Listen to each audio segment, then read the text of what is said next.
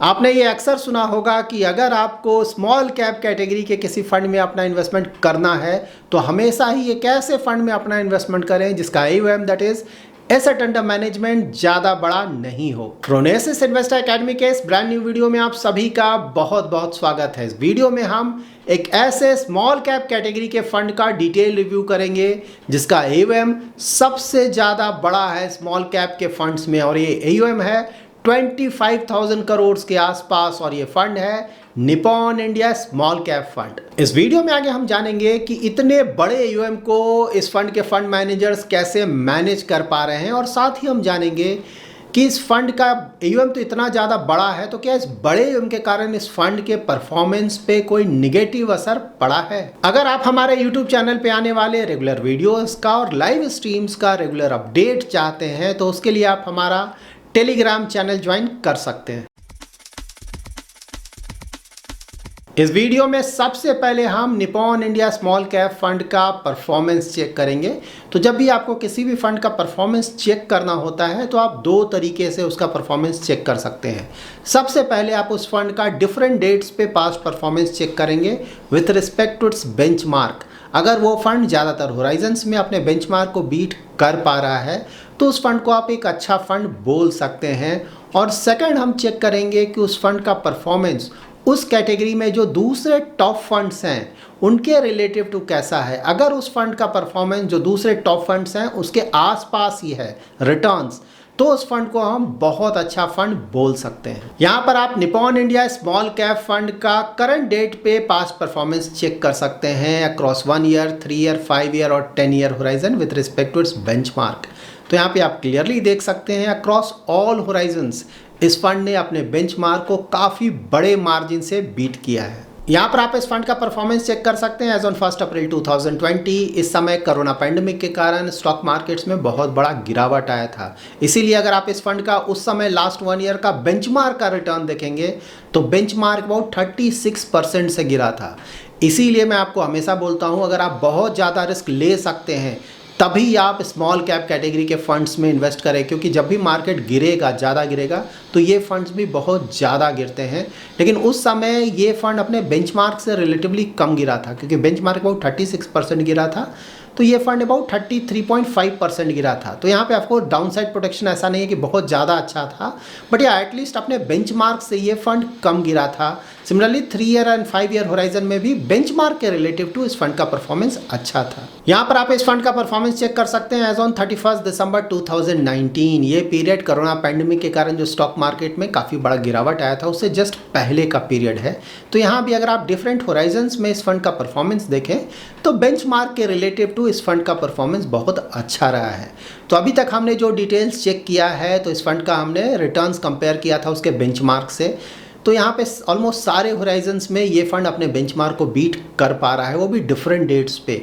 तो performance wise of course ये fund एक अच्छा फंड है। यहाँ पर आप स्मॉल कैप कैटेगरी के कुछ टॉप फंड्स का पास्ट परफॉर्मेंस और AUM चेक कर सकते हैं। तो यहाँ पे आप क्लियरली देख सकते हैं Nippon India small cap fund का AUM 25,000 करोड़ से भी ज़्यादा है, जो कि सबसे ज़्यादा है इन फंड्स के बीच में। लेकिन हाँ, अगर आप परफॉर्मेंस देखें अक्रॉस ऑल होराइजन्स तो इस फंड का performance as compared to other funds काफ़ी अच्छा रहा है। यहाँ पर आप इस फंड का risk and return parameters check कर सकते हैं। तो 3 ईयर होराइजन में अल्फा 8 से भी ज़्यादा है, शार्प रेशियो 2 से भी ज़्यादा है, 2 से भी ज़्यादा अगर किसी फंड का शार्प रेशियो है तो उसका मतलब ये हुआ कि उस फंड ने बहुत ज़्यादा अच्छा रिस्क एडजस्टेड रिटर्न जनरेट किया है। 5 ईयर होराइजन में भी इस फंड का अल्फा अबाउट 6 के आसपास है, जो कि काफ़ी अच्छा है। अभी तक हमने Nippon India small cap fund का जो पास्ट परफॉर्मेंस चेक किया है उससे क्वाइट क्लियर है कि ये फंड काफ़ी अच्छा फंड है। नाउ हम इस फंड का डिटेल रिव्यू करेंगे, उसमें हम इसका इन्वेस्टमेंट स्टाइल जानने की कोशिश करेंगे, इसका सेक्टर एलोकेशन, मार्केट एलोकेशन और स्टॉक पोर्टफोलियो चेक करेंगे, जिससे कि हमें ये पता चल सके कि इतना बड़ा AUM को इस फंड के फंड मैनेजर कैसे मैनेज कर रहे हैं, और साथ ही फ्यूचर में हम इस फंड से किस तरह का परफॉर्मेंस एक्सपेक्ट कर सकते हैं। यहाँ पर आप इस फंड का AUM, benchmark, minimum SIP amount, expense ratio, number of stocks, portfolio price to earning, annual turnover और फंड मैनेजर डिटेल्स चेक कर सकते हैं। तो यहाँ इस फंड में आप 1000 रुपीज़ से अपना SIP स्टार्ट कर सकते हैं। एक्सपेंस रेशियो इस फंड का ज़्यादा है, डायरेक्ट प्लान का एक्सपेंस रेशियो है 0.86%। इस फंड का नंबर ऑफ स्टॉक्स अगर आप चेक करेंगे तो ये 168। इतना ज़्यादा स्टॉक्स इसके स्टॉक पोर्टफोलियो में इसलिए है क्योंकि इस फंड का यूएम बहुत बड़ा है और ये स्मॉल कैप कैटेगरी का फंड है। दैट्स वाई इसका जब आप स्टॉक पोर्टफोलियो चेक करेंगे तो उसमें आपको बहुत सारे ऐसे स्टॉक्स मिल जाएंगे जिसमें कि एक्सपोजर बहुत कम लिया गया है, 0.3, 0.2, 0.1% के आसपास।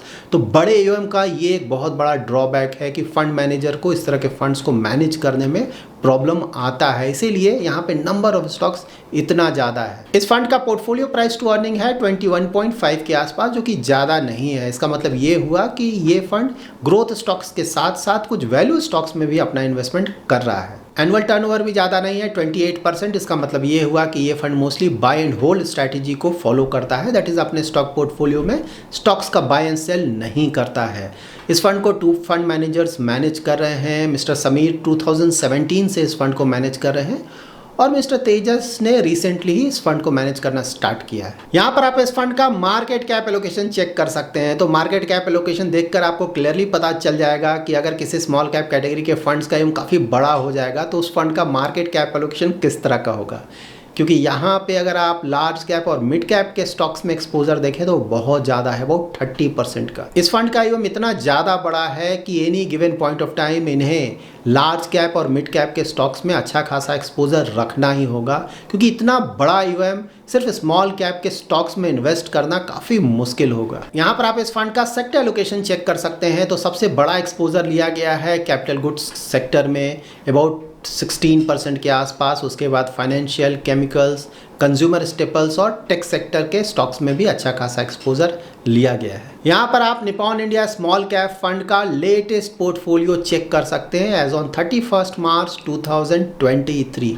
तो यहाँ पे आप क्लियरली देख सकते हैं, मैंने हाईलाइट किया है कुछ PSU स्टॉक्स को भी और लार्ज कैप स्टॉक्स को भी। तो ऑफकोर्स यहाँ पे लार्ज कैप के स्टॉक्स का एक्सपोजर अच्छा खासा है। HDFC बैंक है, L&T है, एक्सिस बैंक है, SBI है और साथ ही PSU स्टॉक्स में भी एक्सपोजर अच्छा खासा लिया गया है। बैंक ऑफ बड़ौदा है, हिंदुस्तान एरोनॉटिक्स है, SBI है और नीचे के पोर्टफोलियो में भी आपको कुछ लार्ज कैप के स्टॉक्स मिल जाएंगे, लाइक रिलायंस इंडस्ट्रीज़ में एक्सपोजर लिया गया है और PSU में आपको नीचे भारत हैवी इलेक्ट्रिकल्स भी मिल जाएगा।